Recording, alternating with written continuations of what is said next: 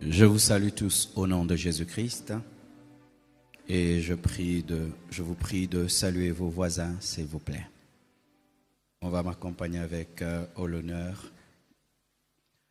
Aujourd'hui, je vais commencer un enseignement, un séminaire qui sera très très long. Lorsque je l'ai annoncé, je pensais pouvoir finir en une semaine. Mais ça va être vraiment un très long message, comme le message que j'avais reçu sur Jésus-Christ l'année passée. Il en sera de même pour ce message. Je prie que Dieu m'aide à rester dans cette révélation jusqu'à la fin de l'année, car il y a tellement de choses autour de la présence de Dieu, et même le thème de nos conventions, des hommes, des femmes. Tout ce que nous allons faire, ce sera autour de la présence de Dieu.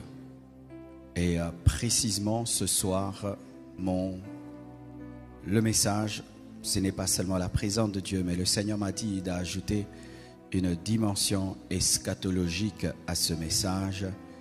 Ainsi, notre séminaire aura pour thème la présence de Dieu et la fin des temps. Tu peux le dire avec moi?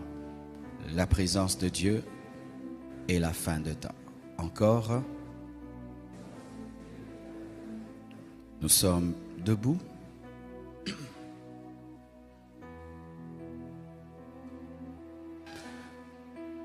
Nous allons lire Ésaïe 6, versets 1 à 3. La Bible dit ceci.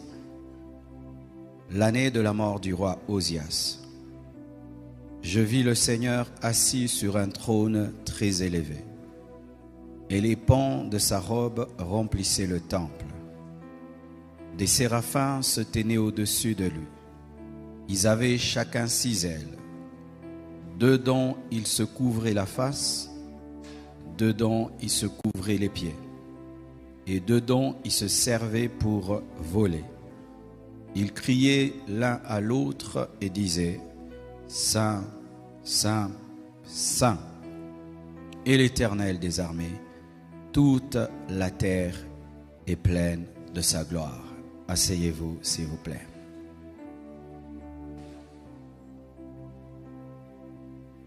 Déjà, j'aimerais entrer dans le vif du sujet. Vous devez savoir qu'il y a 2 sortes de présence de Dieu. Il y a 2 types de présence de Dieu. Il y a d'abord la présence de Dieu qui est liée à sa nature.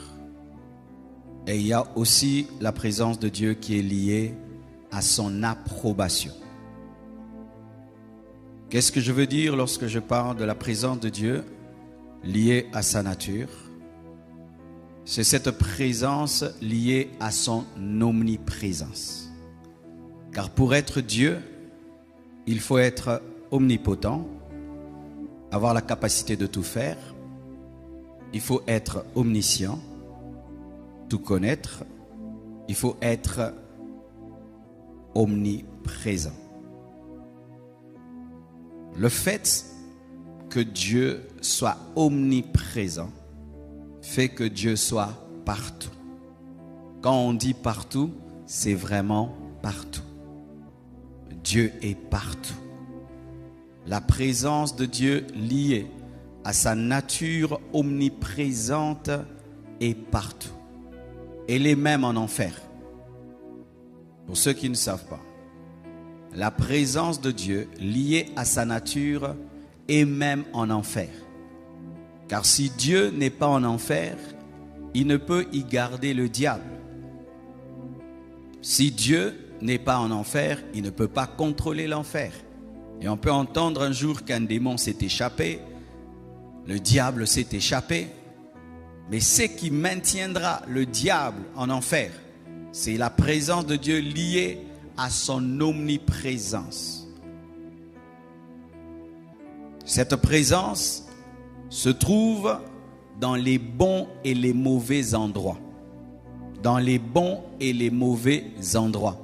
La présence de Dieu liée à sa nature n'a pas besoin de sainteté, n'a pas besoin de prière, n'a pas besoin de louange et d'adoration, n'a pas besoin de foi, n'a pas besoin de jeûne. C'est une présence qu'on trouve déjà parce que Dieu est partout. Cette présence se trouve dans les églises et se trouve dans les boîtes de nuit. Cette présence se trouve dans la maison d'un chrétien et dans la maison d'un païen. Cette présence se trouve partout. Alléluia. Alors, lorsque l'Église parle de la présence de Dieu, l'Église doit préciser de quelle présence de Dieu nous parlons. Car il y a des niveaux dans la présence de Dieu. Et notre thème sur la présence de Dieu, ce n'est pas pour parler de la première présence de Dieu qui est liée à sa nature omniprésente. Nous allons parler de la deuxième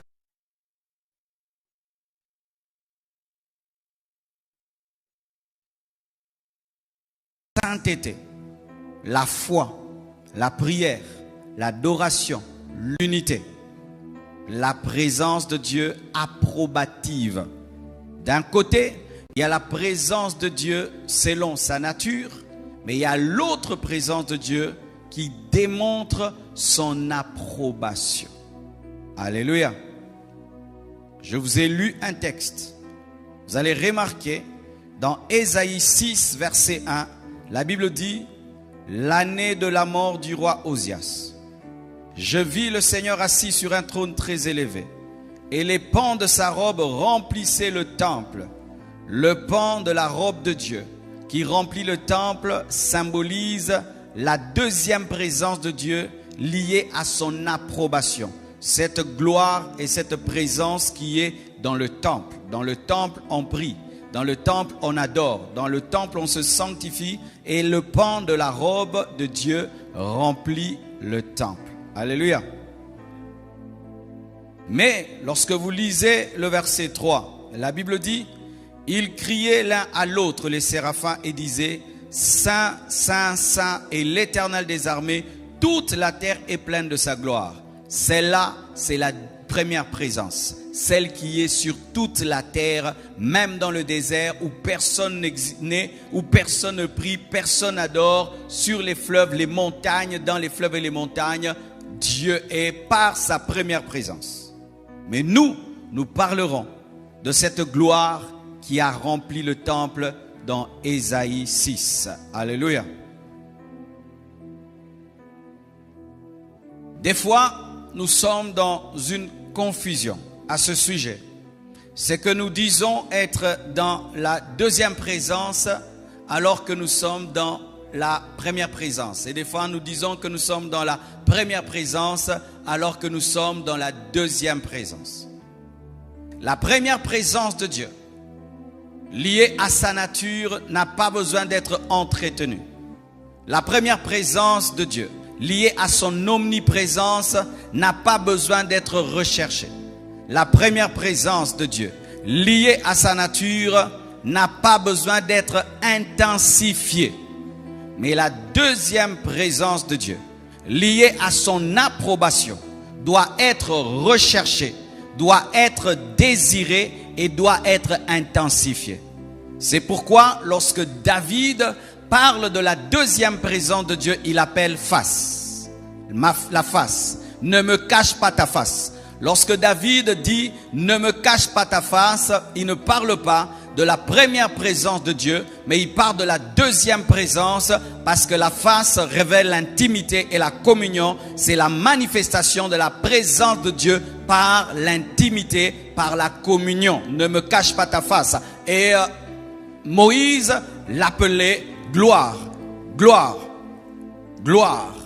Et dans l'Ancien Testament, cette deuxième présence se manifestait par la Shekinah. Il y a beaucoup de débats autour de la Shekinah et on dit que ce n'est pas un terme écrit clairement dans la parole, mais la Shekinah symbolise la gloire de Dieu. Et la gloire de Dieu symbolise, et plutôt la présence de Dieu approbative concentrée. C'est lorsque la présence de Dieu approbative se concentre sur une personne dans un lieu, ce sera la gloire de Dieu, le poids de Dieu. Amen. Et dans ce séminaire, nous allons rechercher que la gloire de Dieu éclate. Nous allons rechercher la face de Dieu. Nous allons apprendre comment nous allons faire afin d'attirer la deuxième présence de Dieu et la permettre d'éclater et de toucher le monde entier. Car lorsque vous lisez Ésaïe 6, c'est lorsque la maison de Dieu est remplie de la gloire de Dieu que le monde également est touché par la gloire de Dieu. Et si l'église n'est pas remplie par la présence de Dieu, le monde ne sera pas rempli par la présence de Dieu. Car le réveil, c'est quoi? C'est le débordement de la présence de Dieu qui a d'abord rempli l'église et qui ensuite remplira le monde. La présence de Dieu ne touchera jamais le quartier limité 2e rue si elle n'a pas rempli l'église au numéro 4. Il faut que la présence de Dieu remplisse ce lieu et déborde de nos vies pour qu'elle commence à toucher les personnes qui passent au devant, puisse toucher nos voisins dans leur maison. Il est en train de préparer, il commence à pleurer. Il est en train de regarder sa télévision, il commence à pleurer. Il est en train de jouer au foot et la présence de Dieu le touche. Il est en train de passer devant la route et il est électrocuté par la puissance de Dieu. Il faut d'abord que la chambre haute soit remplie pour que tous ceux qui sont venus en pèlerinage en Israël puissent se tenir devant la porte afin que Pierre puisse prêcher. C'est le débordement qui engendre le débordement, c'est le plein qui attire le plein. Nous devons être saturés de la gloire de Dieu et de la présence de Dieu afin que le monde soit saturé de la présence de Dieu, de la gloire de Dieu. Mais si nous devenons des églises vides de Dieu, des chrétiens vides de Dieu, des pasteurs vides de Dieu, le monde ne sera pas rempli parce que nous sommes d'abord la première cuve qui est remplie et c'est alors que le débordement viendra. Pour que tu puisses toucher l'eau ou l'huile autour d'un vase, il faut que l'intérieur d'abord soit rempli. Et si l'église est remplie, c'est alors que le monde sera touché par la puissance de Dieu. Nous devons rechercher la plénitude de Dieu. Nous devons rechercher la plénitude de la présence de Dieu, la plénitude de l'esprit. C'est alors qu'il y aura le réveil. C'est alors que les églises vont grandir. C'est alors qu'il y aura des conversions authentiques et qu'il y aura des malades qui seront guéris sans prière, des païens qui seront convertis par la présence de Dieu, des gens qui seront électrocutés par la puissance de Dieu seulement parce qu'ils ont mis les pieds sur l'avenue de l'église et que des sorciers vont tomber parce qu'ils ont survolé la toiture de l'église.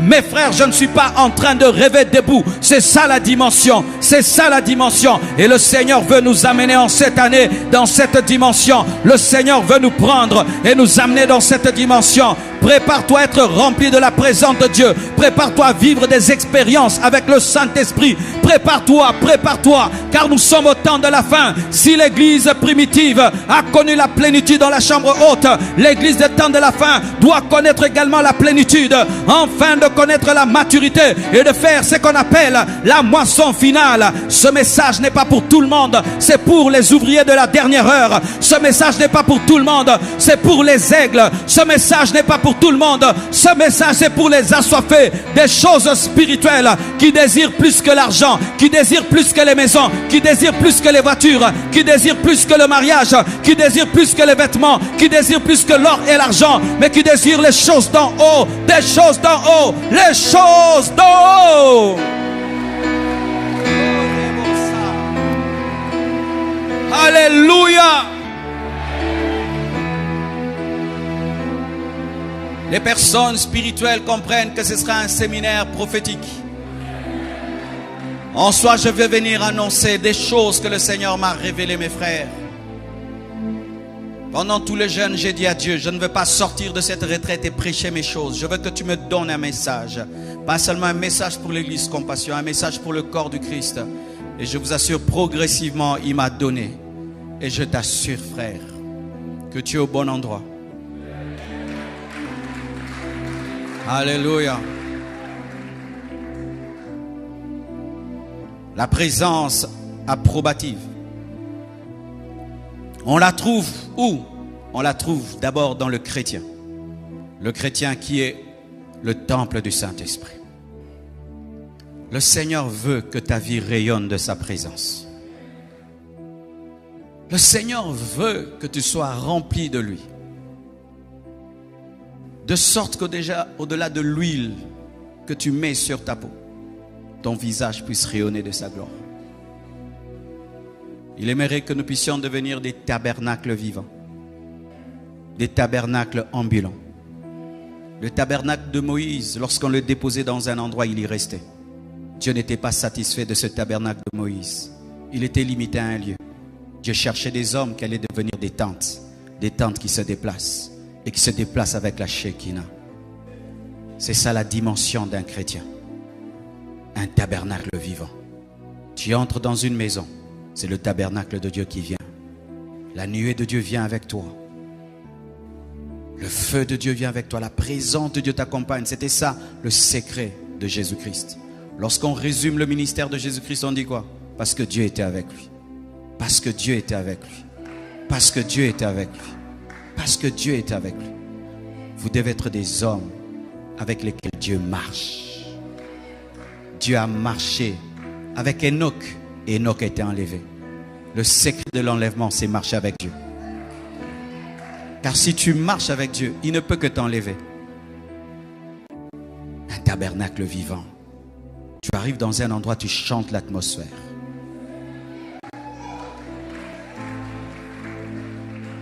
Tu changes l'atmosphère. Parce que tu viens avec le ciel sur la terre. Tu amènes Dieu partout où tu vas. Si à côté de toi, tu as un voisin très bien parfumé, tu profites de son parfum. Et si tu as à côté de toi un frère qui a la présence de Dieu, tu profites de cette présence. Je vous dis la vérité. Ayez ce désir. Quand tu veux sortir de ta maison, de ne pas sortir seul. D'être un homme accompagné. Pas accompagné des démons. Pas même accompagné des anges. Accompagné par Dieu lui-même. Car si Dieu t'accompagne, les anges doivent t'accompagner. Si je suis accompagné du président, les gardes du corps doivent m'accompagner. C'est ça la dimension. Tu dois être un homme de la présence de Dieu. Un homme qui vit dans la présence de Dieu. Qui dort dans la présence de Dieu. Qui se réveille dans la présence de Dieu. Qui marche dans la présence de Dieu. Qui dégage la présence de Dieu. Qui libère la présence de Dieu. Qui parfume tout de la présence de Dieu. Ça doit être un désir ardent. Jésus a mis seulement ses pieds à Gadara. Les démons ont commencé à trembler. Pourquoi? La présence de Dieu. La présence de Dieu. La présence de Dieu. Où se trouve cette présence? Cette présence est dans l'église. Et quand je dis église, je ne parle pas d'abord du temple. Je parle de 2 ou 3 personnes qui s'assemblent au nom de Jésus. Je parle de l'ensemble de tous les chrétiens dans le monde entier. La présence de Dieu est dans la vraie église. Quand 2 vrais chrétiens se rassemblent au nom de Jésus, la gloire de Dieu vient. Et donc, si ta femme est chrétienne, la gloire de Dieu est dans ta maison. Si ton mari est chrétien, la gloire de Dieu est là. Si tes enfants sont des chrétiens, la gloire de Dieu est là. Là où il y a 2 ou 3 qui s'assemblent. Des sorciers opéraient dans une avenue. Ils paralysaient, détruisaient les gens. Après un temps, ils n'arrivaient plus à opérer. Totalement paralysés. Ils ont commencé à faire des investigations pour savoir comment est-ce qu'ils étaient paralysés. Et ils sont allés. Et ils ont remarqué qu'il y avait une forte puissance qui sortait d'un arbre. Et ils vérifient. Les enfants de l'Écodim avaient l'habitude de prier sous l'arbre. Des enfants. Et ils ont paralysé la sorcellerie. Pourquoi? Ils dégageaient la présence de Dieu. Et la présence de Dieu empêchait aux sorciers d'opérer. Où se trouve la présence de Dieu? La présence de Dieu, mes frères, sera dans la nouvelle Jérusalem céleste. La plus grande caractéristique de la nouvelle Jérusalem céleste ne sera pas l'or, ne sera pas le diamant, ce sera la présence de Dieu. Oh, l'Esprit de Dieu me dit d'insister. J'ai senti quelque chose. Alléluia. Alléluia. Vous savez, on nous parle tellement du ciel, mais on oublie de nous parler du Dieu du ciel. Si Dieu n'est pas au ciel, le ciel n'est plus le ciel. Car c'est Dieu qui est la substance du ciel. J'ai été dans une convention. La première fois, le pasteur était là. C'était merveilleux. Deuxième édition, il n'était pas là. Tout était bien. Mais il manquait quelque chose, seulement parce que le pasteur n'était pas là. Et pareil, mes frères, le ciel sans Dieu n'est pas le ciel. La première personne qui va t'accueillir au ciel, c'est Jésus. Il serra la porte et il va te dire, mon enfant, enfin tu es revenu. Mais après t'avoir reçu, il ne va pas t'abandonner dans un coin du ciel. Il sera avec toi tous les jours. Il aura cette capacité d'être avec nous tous tout le temps. Et il n'y aura point de lumière. Il n'y aura pas de soleil dans la nouvelle Jérusalem céleste. La présence de Dieu sera la lumière. Sera la lumière.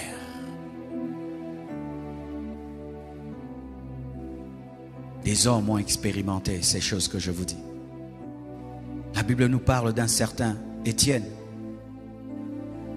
qui a été lapidé. Et avant de mourir, les gens qui le lapidaient le regardent. Il ressemblait à un ange. Il était tellement rempli de Dieu que même dans la persécution, il pouvait dégager Dieu. Moïse, dans l'ancienne alliance, est allé au sommet de la montagne. Et lorsqu'il est revenu, son visage rayonnait. De sorte qu'il devait mettre un voile sur son visage. Je ne te parle pas des choses en l'air. Il y a des hommes de la même nature que toi qui ont expérimenté ces choses. Une femme avait une maison qui n'avait qu'une seule pièce et c'était une femme de prière. Alors pour se concentrer, comme elle avait beaucoup d'enfants qui dérangeaient, cette femme, qu'est-ce qu'elle faisait? Elle entrait sous un drap. Elle commençait seulement à prier. Et un jour, son voisin est venu la chercher. Il frappe à la porte. La dame ne répond pas. Quand il entre, il trouve la lumière qui remplissait le drap. Elle n'avait pas une très belle chambre, mais elle avait une telle intimité avec Dieu qu'elle entrait dans sa présence. Ce sont des choses que Dieu veut faire, qui va accomplir en ce temps de la fin, mes frères. Des chrétiens remplis de lui. Des chrétiens qui l'amènent à l'école. Des chrétiens qui l'amènent dans leurs universités. Où tu t'assois, le professeur est occultiste. Il n'arrive plus à travailler. Ton voisin a des démons. Les démons commencent à crier. Je ne vous prêche pas des choses en l'air. Un jour, j'étais déjà jeune. J'avais prié et je suis allé à l'église. Et un voisin me regarde, me dit, Marcelo, c'était quel verset? Je veux lui répondre, il tombe. Je n'étais pas prédicateur, j'étais un frère. Mon voisin me demande un verset. Moi aussi, je veux lui donner. Et la gloire de Dieu le touche. Je n'étais pas en train de faire un service. J'étais en train de libérer la présence, même dans les rangées.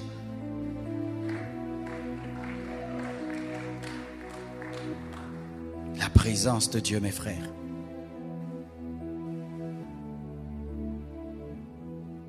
Est concentrée dans tous les endroits qui sont consacrés. C'est pourquoi apprenez à consacrer vos maisons.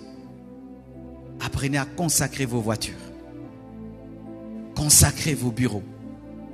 Lorsque tu prends un lieu, tu dis, Seigneur, je t'offre ce lieu. Ça devient un lieu où j'aurai un rendez-vous avec toi. Et si régulièrement tu vas à cet endroit, le parfum de la présence de Dieu va commencer à le remplir. C'est pourquoi tu sens, même quand tu viens à l'église, tu aimes bien t'asseoir à un certain endroit. Parce que tu as l'habitude d'être connecté à cet endroit-là. Pareil aussi, quand tu as l'habitude de prier dans un lieu, tu t'y connectes facilement. Parce qu'à force de rechercher Dieu à cet endroit, ça devient un lieu de rendez-vous. Où Dieu sait que mon fils viendra dans son bureau à telle heure. Un évangéliste a été touché par le Saint-Esprit. Et un jour, son ami entre dans sa voiture. Il a commencé à parler en d'autres langues. Il y avait trop de Dieu dans sa voiture. trop de Dieu dans sa voiture. Trop de Dieu dans sa voiture. Désirez avoir des voitures remplies de la présence de Dieu. Où jamais la musique mondaine ne joue dans ta voiture. Jamais on dit des choses sales dans ta voiture. Désirez avoir des maisons remplies de la présence de Dieu. Où rien d'impur n'entre dans ta maison. Rien d'impur ne se fait dans ta maison. Et un sorcier un jour voudra entrer chez toi. Il s'arrêtera devant ta porte. Il s'arrêtera devant ta maison. Quelqu'un entrera chez toi. Il sera automatiquement guéri. La bénédiction le touchera. Un païen entrera chez toi. Il sentira la présence de Dieu et se convertira. Et il y a des maisons saturées de la présence de Dieu. Là où il y a la consécration. Là où il y a la sainteté. Là où il y a la pureté. La présence approbative de Dieu vient.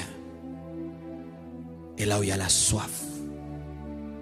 Là où il y a la soif. Là où il y a la soif. Là où il y a la soif. La soif, c'est une capacité spirituelle qui te permet d'amener en toi ce qui est hors de toi. Quand j'ai soif, cette eau qui est hors de moi va entrer en moi. Mais si j'ai pas soif, elle ne va pas entrer en moi. C'est pourquoi celui qui a très soif boit beaucoup, et celui qui n'a pas soif ne boit pas beaucoup. C'est pourquoi dans un culte, certains sont touchés et d'autres ne sont pas touchés. Beaucoup de gens touchaient le corps de Jésus, mais n'étaient pas guéris. Une femme a touché, elle a été guérie. Pourquoi? Il est venu avec la soif. Elle a dit, j'irai, je toucherai et je serai guérie. Elle avait la soif. J'irai, je toucherai. C'est pourquoi lorsque vous venez à l'église, venez avec un désir ardent. Dieu touche les hommes qui, depuis leur maison, ont eu un désir ardent. On dit, j'irai et Dieu me touchera. J'irai et Dieu me visitera. J'irai. Et quand tu viens par habitude, sans un désir au-dedans de toi, tu sortiras tel que tu es venu. Tu écouteras et tu rentreras. Et nous devons arrêter cela. Vous devez venir avec des décisions de pour vos maisons. Et dire, Dieu, j'aimerais vivre cette partie de la Bible. J'aimerais expérimenter cette partie de la parole de Dieu. J'aimerais que ceci devienne réalité en moi. La présence de Dieu approbative. Elle est très capricieuse, la présence de Dieu approbative. Elle demande d'être respectée. Quand la présence de Dieu approbative est là, il faut être dans la révérence. Elle inspire le respect, la crainte, parce qu'elle dégage la sainteté. Elle dégage la puissance de Dieu. La présence approbative de Dieu. Elle réclame l'humilité. C'est pourquoi tu vois, quand les rois étaient dans cette présence, ils tombaient à genoux. Parce qu'elle te révèle que le roi des rois est ici. La présence approbative amène le respect, amène la révérence. La première fois dans ma vie, quand j'ai rencontré la présence de Dieu approbative, j'ai été terrifié par la sainteté de Dieu et j'ai été touché par l'amour. Une lumière m'est apparue et une voix m'a parlé. C'est cette présence approbative qui a fait tomber Paul de son cheval et qui l'a converti et qui l'a poussé à appeler Jésus Seigneur. Il nous faut la présence approbative. pour briser les orgueilleux. Briser les orgueilleux. Ayez soif de Dieu. Et là où il y a la soif de Dieu, les gens crient. Vous voyez comme cette sœur-là crie. Laissez-la tranquille. Là où il y a la soif de Dieu, on crie. Là où il y a la soif de Dieu, on pleure. Les gens ne pleurent plus. Ne pense pas que tu vivras la présence approbative en faisant des prières normales. Des prières qui ne touchent pas ton âme. Des prières qui ne viennent pas du profond de toi. Ça ne marche jamais. La présence de Dieu exige que l'homme prie avec le plus profond de lui-même. Et qu'il ne prie pas avec des phrases qui viennent de sa tête, mais qu'il prie avec des phrases qui viennent de son cœur.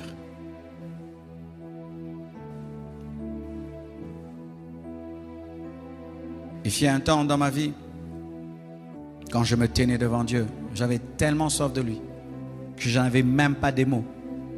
Je criais seulement. Je criais, j'agonisais et je partais. Aucune phrase ne pouvait exprimer l'agonie de mon âme. Aucune parole ne pouvait exprimer ce que je voulais lui dire. Je criais seulement et je pleurais et je me levais.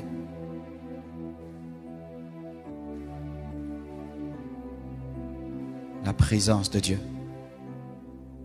exige un désir ardent. Un désir ardent. Un désir ardent. Ou quand tu pries, Dieu sent que sans lui, tu ne peux rien.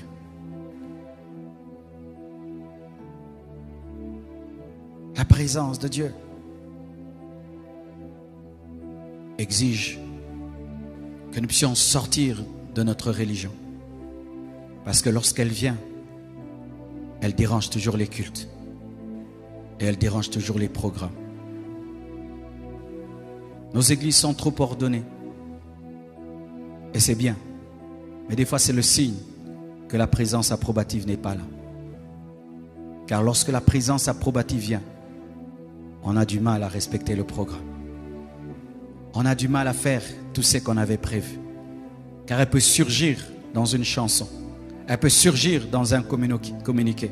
Elle peut surgir dans un enseignement. Elle peut surgir.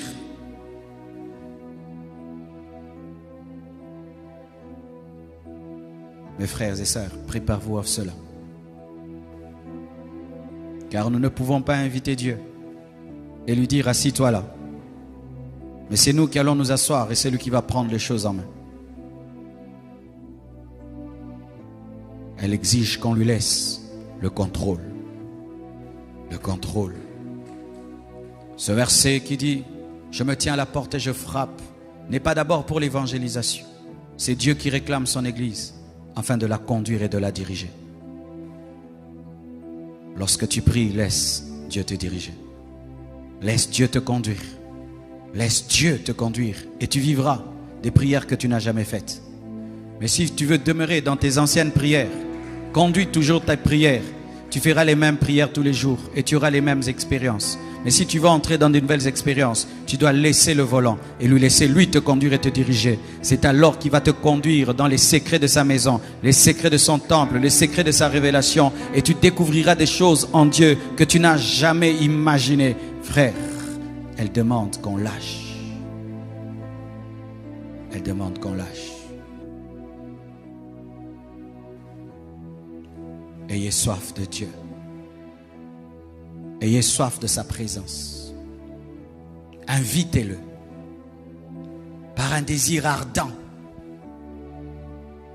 de vivre une vie au-delà du naturel.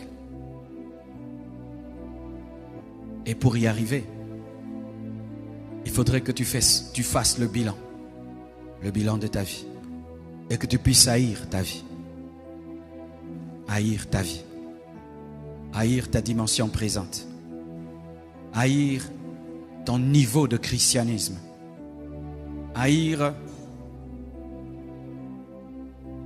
le niveau de ta communion avec lui. Et dire à Dieu, je veux plus que ça. Seigneur, je veux plus que ça. Et je sais que plus que ça existe. Car je ne peux pas avoir soif d'une chose si elle n'existe pas. Je ne peux pas avoir faim d'une chose si elle n'existe pas. Dieu a créé la nourriture avant de créer l'estomac. Et Dieu a créé ce que tu peux obtenir avant que tu n'aies le désir de l'obtenir. Et si tu as soif d'une chose, sache que c'est une prophétie que cette chose existe.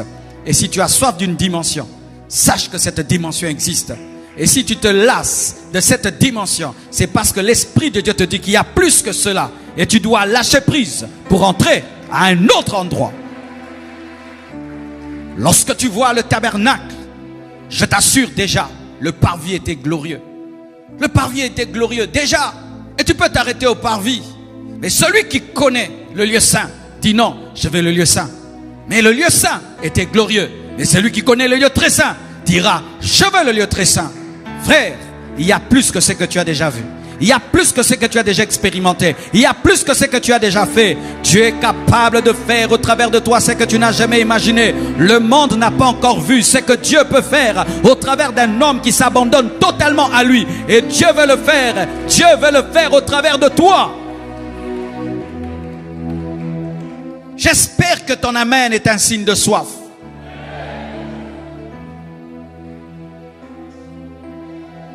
Je veux Dieu, je veux ces choses. Je veux une vie remplie de Dieu. Je veux une église remplie de Dieu. Je veux une maison remplie de Dieu. Je veux prêcher des messages remplis de Dieu. Je veux chanter des chansons remplies de Dieu. Je veux saluer quelqu'un, il est rempli de Dieu. N'est-ce pas que Marie et Marie de Madeleine et Élisabeth se sont salués? Et qu'est-ce qui est arrivé? La présence de Dieu a touché les bébés. Alléluia. De sorte que Jean-Baptiste, qui était dans le ventre de sa mère, a tressailli. Marie était remplie de Dieu. Sa salutation a impacté. Tu salueras quelqu'un, il te dira, ma maladie est partie. Je ne suis pas en train de rêver, c'est biblique. Tu salueras quelqu'un, il te dira, un démon me dérangeait, il est parti. Tu regarderas quelqu'un, il va commencer à confesser ses péchés. Parce qu'au travers de tes yeux, il va voir la sainteté de Dieu.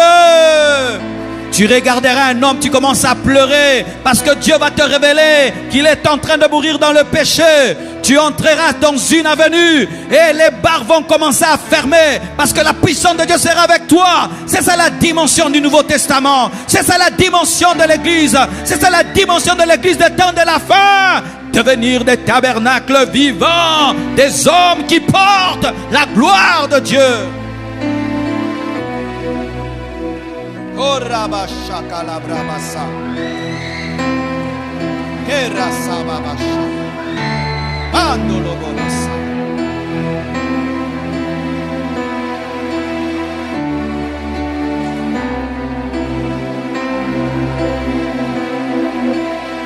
Mes frères,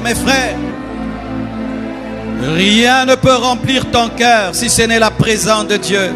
Tu peux avoir des maisons, ça ne remplit pas le cœur. Tu peux avoir des voitures, ça ne remplit pas les cœurs. Tu peux avoir 100 chaussures, ça ne remplit pas les cœurs. Tu peux avoir tous les voyages, ça ne remplit pas les cœurs. Le cœur de l'homme ne peut être rempli que par la présence de Dieu. Tu peux tout avoir, mais si tu n'as pas Dieu, tu n'as rien. C'est pourquoi, frères, sœurs, désire la présence de Dieu. Car si tu es rempli de Dieu sur la terre, tu seras déjà en train de vivre les arrêts de l'esprit, c'est-à-dire les prémices de ce que Dieu fera au ciel. Les hommes remplis de Dieu sur la terre sont déjà des prophéties de notre vie au ciel. Ils sont déjà la prophétie de la nouvelle Jérusalem céleste. Ils sont déjà la prophétie de ce que Dieu fera. Laisse-toi remplir par la présence de Dieu. Un réveil est en train d'arriver, Marcelo. Garde ce message. Garde ce message. Garde ce message. Un réveil est en route et tu ne peux imaginer. J'entends les bruits de la pluie. J'entends les bruits de la pluie. Je vois l'église se remplir même à 12 heures. Des hommes qui viennent prier avant le culte. Je vois l'église pleine même après les cultes. Des hommes qui refusent de rentrer à la maison parce que ce qu'ils sont en train de vivre est tellement profond qu'ils ne peuvent s'arrêter. Je vois des gens qui rentrent à la maison et ils sont touchés par la puissance de Dieu et on les ramène à l'église remplis du Saint-Esprit, baptisés dans le Saint-Esprit. Je vois des gens baptisés du Saint-Esprit dans leur sommeil, baptisés du Saint-Esprit dans leur sommeil. Je vois des personnes baptisées de l'Esprit qui pendant 3 jours, 4 jours ne savent plus parler français, ne savent plus parler anglais et qui ne parlent qu'en langue pendant 3 jours, 4 jours. Je le vois et je l'annonce et tu le verras.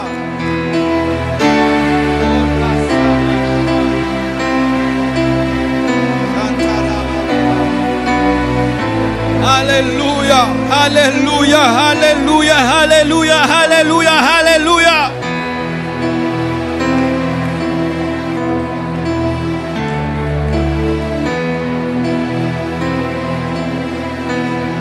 Alléluia.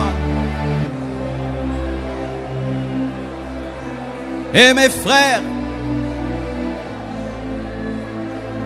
nous avons prêché sur l'onction. Mais sachez que la présence de Dieu est plus que l'onction. La présence de Dieu est plus que l'onction. L'Église a placé l'onction au-dessus de la présence de Dieu. Alors que c'est la présence de Dieu qui amène la puissance de Dieu. Il faut que Dieu soit pour que sa puissance se manifeste. Et donc, sa présence est plus importante que sa puissance. Mais là où se trouve sa présence, il y a toujours sa puissance. Là où se trouve sa présence, il y a toujours sa puissance. Dieu ne peut pas être dans un endroit sans que sa puissance n'y soit. Dieu ne peut pas être dans un endroit sans y amener sa sainteté. Dieu ne peut pas être dans un endroit sans y amener sa gloire. Dieu ne peut pas être dans un endroit sans y amener son onction, mais d'abord sa présence. Vous qui cherchez l'onction, cultivez l'intimité avec Jésus. Cultivez l'intimité avec le Saint-Esprit. Désirez la présence de Dieu plus que tout. L'onction ne sera qu'une conséquence. Et des fois même, tu ne vas pas demander l'onction, mais tu vas te retrouver, tu as l'onction. Car si tu vas embrasser quelqu'un qui est rempli d'huile, même si tu ne demandes pas l'huile, l'huile va rester sur toi. Et si tu vas embrasser le Seigneur, même si tu ne demandes pas la puissance de Dieu va entrer en toi, parce qu'il est plein de puissance. Aimer l'onction sans aimer la présence de Dieu est une idolâtrie. Aimer l'onction sans aimer la présence de Dieu est une idolâtrie. Aimer la puissance de Dieu sans aimer la présence de Dieu est une idolâtrie. Tu ne pourras jamais conserver la puissance de Dieu en dehors de la présence de Dieu. Tu ne pourras jamais conserver la puissance de Dieu en dehors de la présence de Dieu. Et si pour toi la présence de Dieu est prioritaire par rapport à la puissance de Dieu, tu conserveras toujours la puissance de Dieu.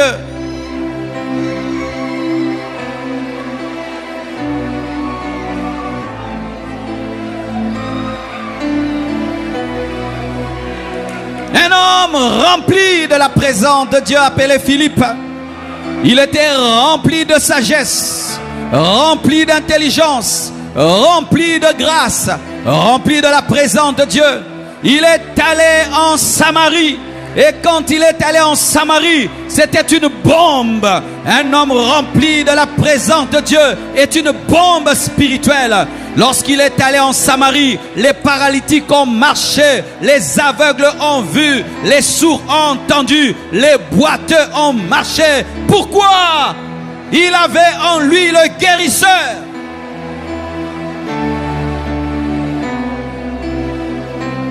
Le Seigneur veut te remplir. afin de faire de toi sa bombe spirituelle. De la même manière que Samson allumait le feu et le mettait sur les queues de 2 renards et les lançait dans le champ des Philistins, le Seigneur veut te remplir de sa présence et t'envoyer conquérir le monde, influencer la terre, laisser les traces de sa puissance, de sa parole et de son évangile. Nous sommes au temps de la fin. Nous sommes au temps de la fin. Et le Seigneur est en train de préparer son église. Et cette préparation ne se fera que dans sa présence. S'il agit de la sorte pour ouvrir l'église, il agira de même pour enlever l'église. L'église est née dans la présence de Dieu. Et l'église ne peut finir que dans la présence de Dieu.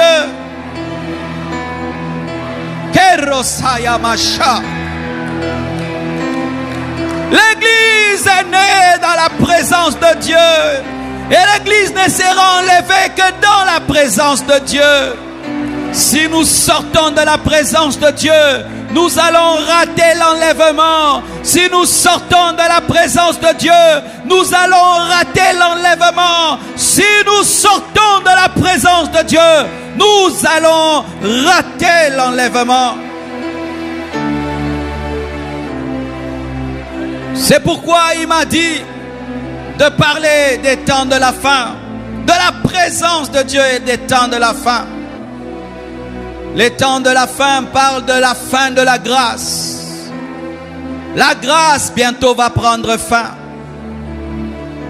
La grâce bientôt va prendre fin, mes frères. Le temps de la grâce n'est pas éternel. Le temps de la grâce n'est pas éternel, Église. Le temps des nations est une parenthèse dans l'eschatologie. Une parenthèse s'ouvre et doit toujours se fermer. Et bientôt Dieu va fermer la parenthèse des nations. Lorsqu'Israël s'est endurci, Dieu lui a tourné le dos pour se concentrer sur les nations. Mais bientôt Dieu va revenir pour s'occuper d'Israël. Et il va fermer la parenthèse de la grâce par l'enlèvement de l'Église. Et en ce temps où nous sommes en train d'aller vers la fin des temps des nations, la fin des temps de l'Église et de la grâce, voici 2 choses qui vont arriver. Écoutez, Église. Certains chrétiens vont devenir des icabod et d'autres personnes auront la cabode. La cabode parle de la gloire de Dieu. La gloire de Dieu ou parle du poids de Dieu ou de la présence approbative concentrée. Nous allons assister et nous verrons des chrétiens sans la gloire de Dieu, des églises sans la gloire de Dieu, des prédicateurs sans la gloire de Dieu, mais aussi nous allons voir des chrétiens qui ont la gloire de Dieu, des prédicateurs avec la gloire de Dieu. À la fois, certains vont perdre la gloire de Dieu, d'autres vont la recevoir. Lorsque Jésus-Christ est venu, les pharisiens n'avaient pas la gloire de Dieu, mais ses disciples avaient cette gloire. Les sadducéens n'avaient pas cette gloire. Et en ce temps de la fin, les chrétiens qui vont se laisser distraire par le monde, par le péché, les chrétiens qui vont se laisser distraire vont perdre la gloire. Ils vont devenir comme Israël, qui s'appelait le peuple de Dieu, mais qui n'avait plus l'arche. Frère, ne sois pas ce genre de chrétiens qui vont caractériser la fin des temps. La Bible nous dit à la fin des temps, il y aura des temps difficiles. Et la charité du plus grand nombre se refroidira. Que cette prophétie ne s'accomplisse pas dans ta vie. Mais sachez que cette prophétie va s'accomplir. Elle va s'accomplir. La fin des temps sera caractérisée par des chrétiens qui ont perdu leur charité, qui ont perdu la présence de Dieu, qui ont attristé le Saint-Esprit. Des chrétiens qui vivent avec un Saint-Esprit attristé. Mais d'un autre côté, il y aura le reste de Dieu. Les 7000 qui n'ont pas fléchi devant Baal, qui n'ont pas fléchi devant l'ordre mondial, qui n'ont pas fléchi devant le gouvernement mondial. Oui, frères, nous devons être comme Daniel. Si tout le monde adore l'idole, nous n'adorerons pas. Nous devons être comme Shadrach, Meshach et Abednego. Si tout le monde va adorer l'ordre mondial, le gouvernement mondial, nous ne l'adorerons pas. Et s'il faut finir dans le feu, nous allons finir dans le feu. Mais la présence de Dieu sera avec nous dans le feu, comme elle a été avec Abednego, Meshach et Shadrach, comme elle a été avec Daniel dans la fosse aux lions. Mais nous devons dire ces choses à l'église. Église, prépare-toi à la persécution. Et le Seigneur m'a dit de dire à l'église du Congo que nous ne sommes pas la manifestation de ce qui se passe dans l'église. L'église dans sa généralité est persécutée. Les églises sont fermées dans le monde. Ici, nous avons une grâce exceptionnelle. Mais sachez ceci, mes frères. Si vous voulez conserver la présence de Dieu en ce temps de la fin, vous devez accepter d'être rejeté. Vous devez accepter que les portes se ferment. Vous devez accepter d'être jeté dans la fosse aux lions. Vous devez accepter la fournaise de feu. Enfin d'y aller avec la présence de Dieu. C'est alors que Dieu va ouvrir les prisons. Il va briser les chaînes. Il va convertir les autres prisonniers. Et il va convertir les geôliers. Ce qui est arrivé à l'église primitive va arriver à l'église finitive.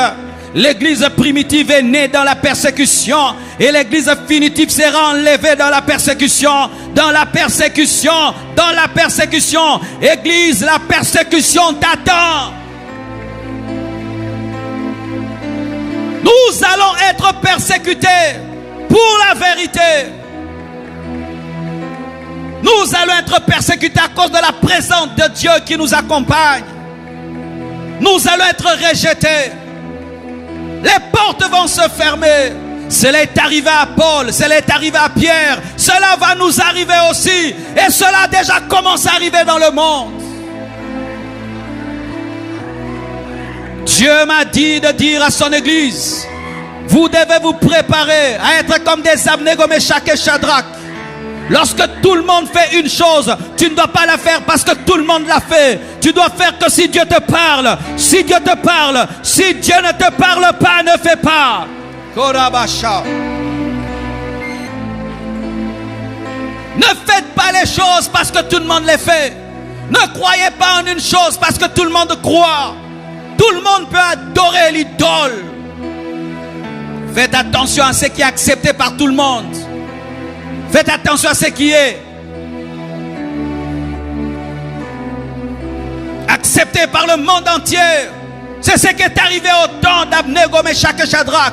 Tout le monde s'est prosterné devant l'idole. Mais ils ont préféré le feu qu'une fausse liberté. Ils ont préféré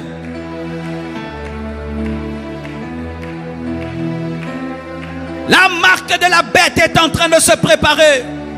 C'est la présence de Dieu qui va te protéger. La marque de la bête est en train de se préparer, mes frères. Bientôt, il y aura un passeport vaccinal. Bientôt, il va y avoir un passeport vaccinal. Tu n'as pas le vaccin, tu ne travailles pas. Tu n'as pas le vaccin, tu n'entres pas dans l'avion. Tu n'as pas le vaccin, les portes se ferment. Je ne dis pas que le vaccin c'est déjà la marque de la bête, mais c'est déjà le système de la bête.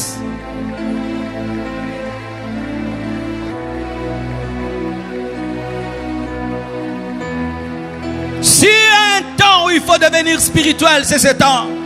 S'il y a un temps où il ne faut pas blaguer avec les choses de Dieu, c'est ce temps. S'il y a un temps où il faut être prêt de mourir pour sa foi, c'est pour ce temps. S'il y a un temps, il faut accepter de souffrir pour sa foi, c'est ce temps. S'il y a un temps, il faut dire la vérité, c'est ce temps.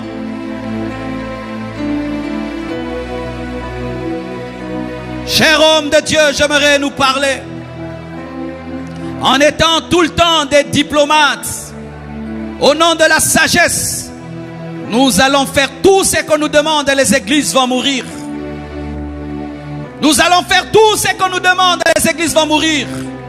Les apôtres, lorsqu'on les a empêchés de prêcher, sont allés dans la clandestinité. Si on interdit de prêcher, nous continuerons de prêcher. Si on interdit d'ouvrir les églises, nous allons ouvrir les églises dans les maisons. Nous serons des églises clandestines. Si aujourd'hui nous parlons de l'église, c'est parce que les Pierre, Paul, c'était des clandestins. L'église d'aujourd'hui demande tout le temps l'autorisation pour prier. Non, les apôtres n'avaient pas demandé l'autorisation. On n'a pas besoin d'autorisation pour prêcher Jésus. Tu demandes l'autorisation de prêcher Jésus dans un pays musulman, on va te donner? On ne va pas te donner. Tu demandes la permission pour amener des Bibles dans un pays musulman, on va te permettre. Tu vas faire entrer les Bibles clandestinement. Une église trop soumise va perdre la présence de Dieu. Une église qui obéit à toutes les lois va perdre la présence de Dieu. Les apôtres, Pierre a dit, dites-nous, vous, faut-il obéir à Dieu ou aux hommes? Faut-il obéir à Dieu ou aux hommes? On ne prêche pas l'évangile parce qu'on a l'autorisation du gouvernement, mais parce qu'on a l'appel et le mandat de Dieu. Si l'église dans le monde, aux États-Unis, en Europe, vous ne comprenez pas ça, vos églises vont mourir.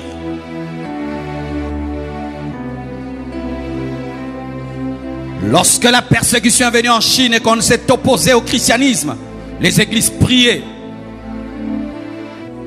dans des maisons, priaient même dans des sous-sols. Les chrétiens se rencontraient par parole de connaissance. La présence de Dieu. Tu reçois une parole de connaissance, va à telle avenue, tu vas là-bas, il y a culte. Et quand on a libéré, des millions de chrétiens sont sortis des maisons. Ils n'avaient pas la permission. Est-ce que tu demandes la permission au gouvernement pour vivre? Est-ce que tu demandes la permission à ton gouvernement pour vivre?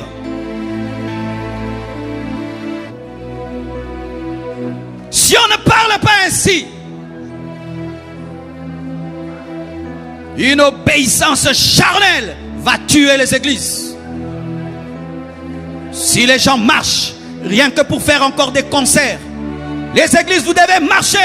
Marcher aussi et réclamer la liberté de prier et de prêcher.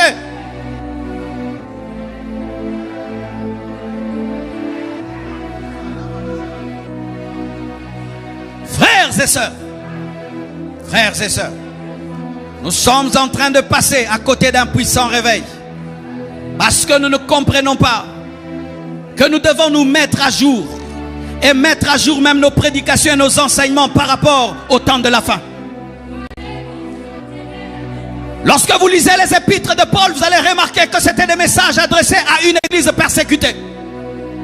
L'église est née et on s'est opposé à l'église, on tuait les chrétiens. Tu es chrétien, on te tue. Et regardez comment Paul enseignait à ces hommes qui devaient mourir, à ces hommes qui devaient être prêts à tout pour leur foi. Regardez, il avait un message adapté à la réalité. Des nouveaux chrétiens qui devaient être prêts. Tu es chrétien pendant une année, tu meurs. Tu es chrétien après un mois, tu meurs. On te brûle, les lions te mangent. Il devait leur donner des enseignements par rapport à ce que Dieu faisait en ce temps-là. Parce que l'église était née dans le sang. L'église était née dans le sang. Chers chrétiens, des chrétiens comme nous, pour qu'aujourd'hui nous ayons la Bible et pour que nous soyons des chrétiens, ont été brûlés, dévorés par des lions, transpercés des lances, sont morts en chantant. Pourquoi? Les apôtres avaient nourri leur foi de la parole convenable. Lorsque la parole convenable n'est pas prêchée à l'église, elle n'a pas la capacité de réagir selon le temps.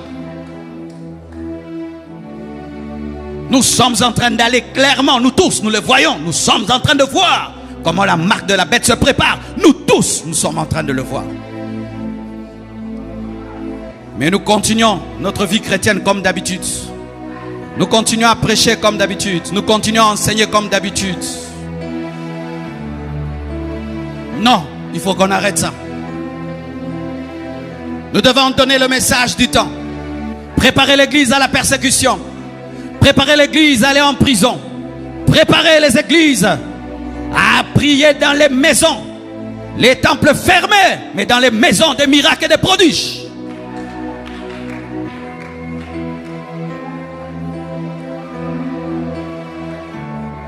Préparer les chrétiens à souffrir pour leur foi. On te chasse du travail parce que tu n'es pas convaincu de quelque chose.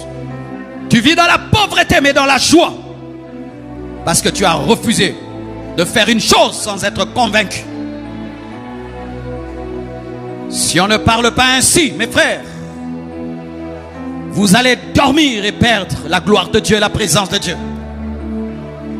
C'est pourquoi, chers frères, chères sœurs, je nous demande, nous tous, pendant ce séminaire, d'avoir une soif que nous n'avons jamais manifestée de la présence de Dieu. Car alors que j'étais en train de prier, j'ai vu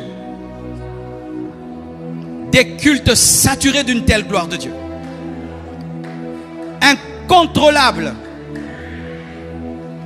Plus nous enseignerons, plus et plus et plus. J'ai vu des gens venir assoiffés de Dieu. Des miracles se produire sans qu'on puisse prier. Des délivrances avoir lieu rien que par la prédication. L'église remplie, sans panneau ni affiche. La salle H24 remplie d'hommes et de femmes qui ne soupirent qu'une chose, avoir une expérience avec Dieu. Des gens quittaient leur péché, mais tu lui as rien dit. Tu n'as même pas prêché sur son péché, mais la présence de Dieu. Des gens priaient et oubliaient même le temps. J'ai vu ces choses. J'ai vu même d'autres choses que je ne peux pas dire ici. Vous qui avez la grâce de prêcher, qu'on vous invite, prêchez ces choses. Prêchez ces choses. On te donne un thème, change le thème. Dis la parole du moment. On te donne thème, tourne ça. Dis le message du moment. Le mariage c'est bien, tout ça c'est bien, mais nous devons nous préparer. Quelque chose est en train de venir.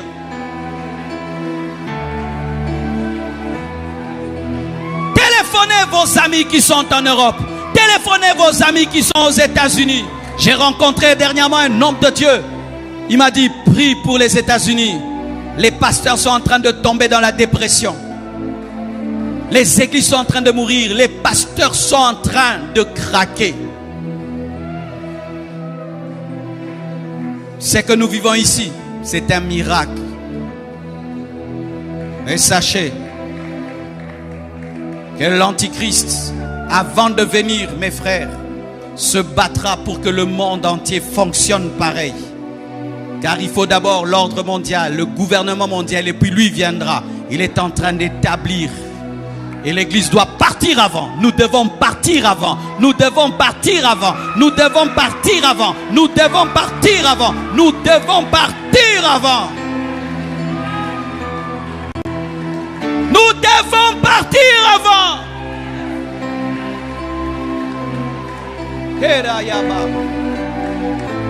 Une telle angoisse est en train de remplir les chrétiens que certains chrétiens commencent à croire, à penser que l'église va passer par la tribulation et que l'église connaîtra l'antichrist. Vous ne savez pas ça? Il y a des gens qui commencent à croire ça, tellement que dans leur pays, les choses qui arrivent se disent non.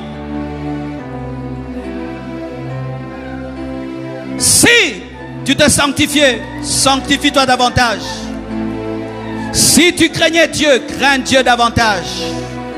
Si tu l'aimais, aime-le davantage. Si tu prêchais, prêche davantage. Prions le Seigneur. Prions le Seigneur. Même vous qui êtes sur Internet, priez. Que tout le monde prie. Prions. Prions. Prions. Oublie ton voisin. Oublie ta voisine. Libère ton cœur. Libère ta soif. Prions.